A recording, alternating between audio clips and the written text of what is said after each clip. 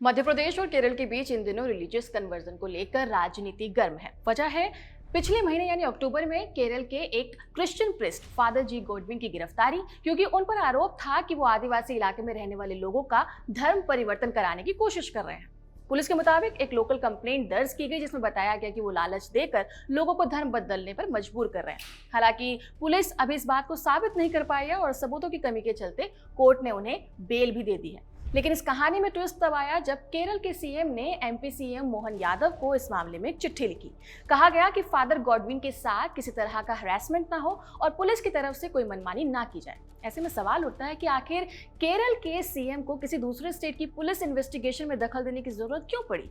क्या वो father Godwin को पॉलिटिकल रीजन के चलते बचाना चाहते हैं क्योंकि Christian community left democratic front का एक खास वोट बैंक है, या फिर इसके पीछे कुछ और वजह है? इन सारे सवालों को समझने की कोशिश करेंगे हमारे इस वीडियो में। नमस्कार, मेरा नाम है डिम्पिका और आप देख रहे हैं खबरगांव। सबसे पहले मामला समझते हैं। रतलाम पुलिस को शिकायत मिली कि झाबुआ जिले के कुछ आदिवासी इलाकों में एक पादरी लोगों को मुफ्त में शिक्षा और पैसों की मदद करके ईसाई धर्म अपनाने का लालच दे रहा है। झाबुआ इलाका राजस्थान के बॉर्डर से सटा हुआ है और यहाँ पर बड़ी संख्या में आदिवासी लोग भी रहते हैं। इस शिकायत के बाद 25 अक्टूबर को फादर गॉडविन पर Madhya Pradesh freedom of religious act 2021 के तहत मामला दर्ज करके उन्हें हिरासत में लिया गया। ये कानून किसी भी व्यक्ति को जबरदस्ती, धोखे या लालच देकर धर्म परिवर्तन कराने से रोकता है और दोषी पाए जाने पर 5 से 10 साल की सजा और जुर्माना हो सकता है।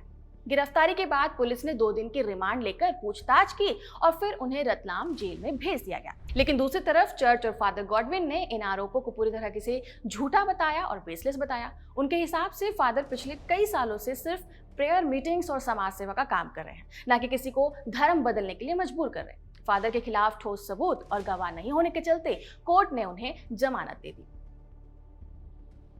फादर जी गॉडविन करीब 50 साल के हैं और केरल के तिरुवनंतपुरम के एक छोटे से गांव में रहने वाले हैं। चर्च ऑफ साउथ इंडिया से जुड़े हुए हैं और साल 2013 से लेकर अब तक पिछले 12 सालों से वो झाबुआ में सोशल और एजुकेशनल सर्विस के काम में लगे हुए हैं। कई मीडिया रिपोर्ट्स के मुताबिक उनके द्वारा वहां के बच्चों के लिए ट्यूशन सेंटर्स शुरू किए गए, औरतों के लिए टेलरिंग यूनिट्स खोले गए और समय समय पर हेल्थ कैंप्स और एजुकेशनल सपोर्ट प्रोग्राम्स भी चलाए गए।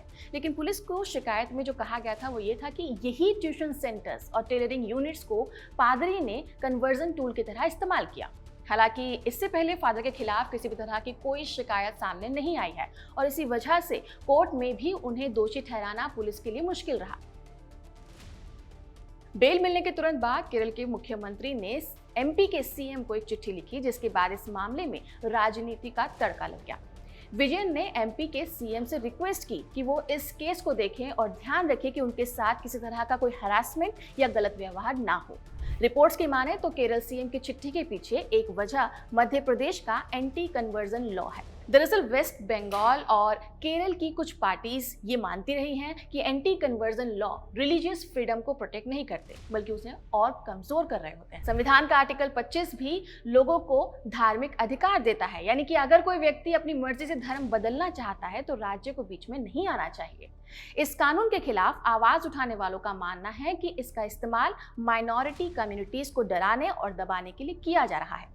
केरल के सीएम जैसे नेता तो इसे आइडियोलॉजिकल वेपन कहते हैं जो सेक्युलरिज्म के खिलाफ है, लेकिन इसके उलट क्रिटिक्स का कहना है कि विजयन अपने क्रिश्चियन वोट बैंक को खुश करने के लिए ऐसा कह रहे हैं, क्योंकि केरल में इस कम्युनिटी का खासा असर है।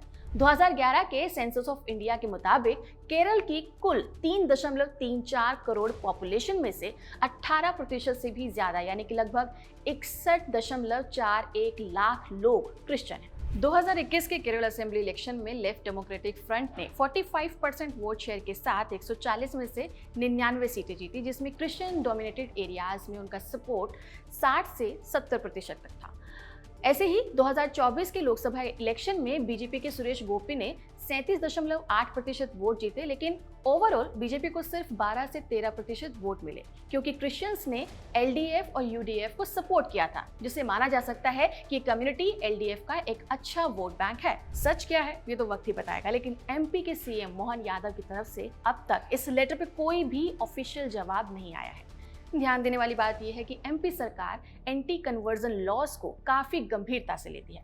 मार्च 2025 में तो मोहन यादव ने माइनर गर्ल्स के धर्मांतरण पर डेथ पेनल्टी तक का प्रस्ताव रखा था।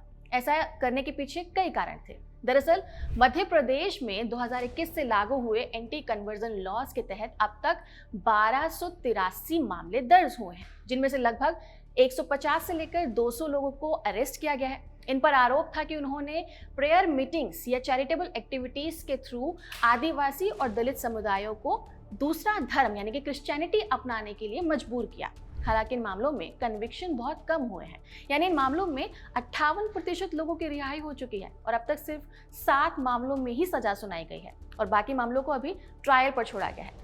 इसका कारण यह है कि बहुत सारे केसेस में गवाह अपना बयान बदल देते हैं, कोई वीडियो और ऑडियो जैसा प्रूफ नहीं मिलता और केस कमजोर हो जाता है। यहाँ तक कि भारत के अलग अलग राज्यों में भी ऐसे ही मामले देखने को मिले हैं। जैसे उत्तर प्रदेश में जोसेफ अप्पाचन और उनकी पत्नी को दलित कम्युनिटी के लोगों को लालच देकर ईसाई धर्म अपनाने के आरोप में 5 साल की जेल और जुर्माने की सजा सुनाई गई। पंजाब में भी हाल ही में बजिंदर सिंह, जो कि खुद अपने आप को मिरेकल हीलर्स यानी कि चमत्कार से इलाज करने वाला बताते थे, उन पर आरोप था कि उन्होंने लोगों को ये यकीन दिलाने की कोशिश की कि प्रेयर और फेथ हीलिंग से बीमारियां ठीक हो सकती हैं और इसी वजह से वो लोगों को क्रिश्चियनिटी अपनाने के लिए मजबूर कर रहे थे। हालांकि बजिंदर अपने इस गुनाह के लिए जेल में सजा काट रहा है, लेकिन ऐसे कई सारे उदाहरण हैं जो दिखाते हैं कि कुछ खास वर्ग के लोगों को लालच देकर उन्हें टारगेट किया जाता रहा है।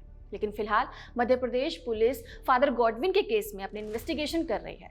इस केस में आगे क्या होता है उस पर हमारी नजर बनी रहेगी, लेकिन फिलहाल आपका इस पर क्या कहना है कमेंट सेक्शन में जरूर बताइएगा। इस वीडियो को रिकॉर्ड किया सर्वेश ने। मेरा नाम है डिम्पिका और आप देख रहे थे खबर गाँव।